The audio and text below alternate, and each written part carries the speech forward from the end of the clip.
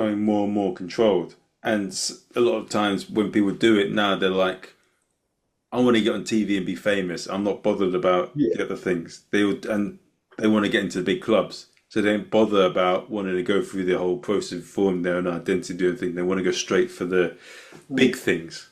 Well, this is interesting because I was asked loads of times to do Britain's Got Talent, uh, 4 or 5 times, and I said I'd rather stick pins in my eyes, to be honest, because it's so contrived. The whole thing is, having watched other people, some succeed, some comedians, some cabaret performers, some fail, but it's you're at their beck and call. They can decide whether you fail just by the way they film you, or you don't have to explain it to you. But the whole process is like a circus, and I know exactly what they do with my character, and it's not unfair Yeah, to my real fans because if they see me on a show like that, they say, "Oh, he's sold out." I mean, and my fans, I really care about because uh, I'm not really that bothered about TV, to be honest. I mean, it seems to destroy a lot of people's. Certainly, it eats up all your material.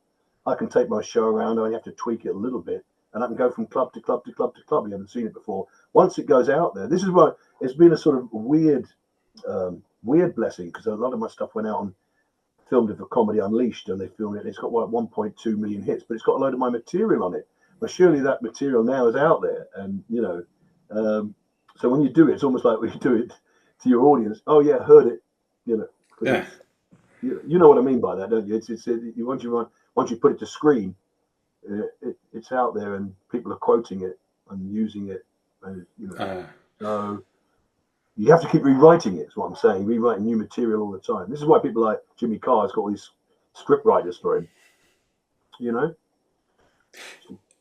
does it also have the opposite effect as well in that when they've seen it before and they see it live, they laugh even more because Yeah. Well, they like it. Well, you can't beat live performance.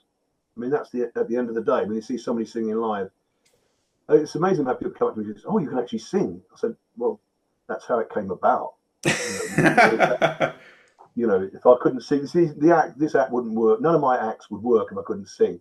I based it around whether it be the Elvis, whether it be the Tom Moans, which is I do Tom Jones in an old people's home called Tom Moans.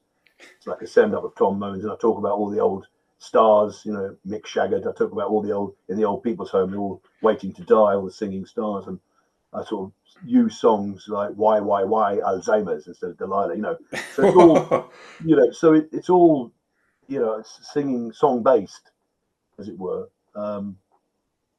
So I think that's when the audiences see me, they, I think some of them actually think, if you've got a decent sound system. So that's the other problem, Marvin, is that a lot of the comedy clubs I didn't perform at because their sound system was so hopeless.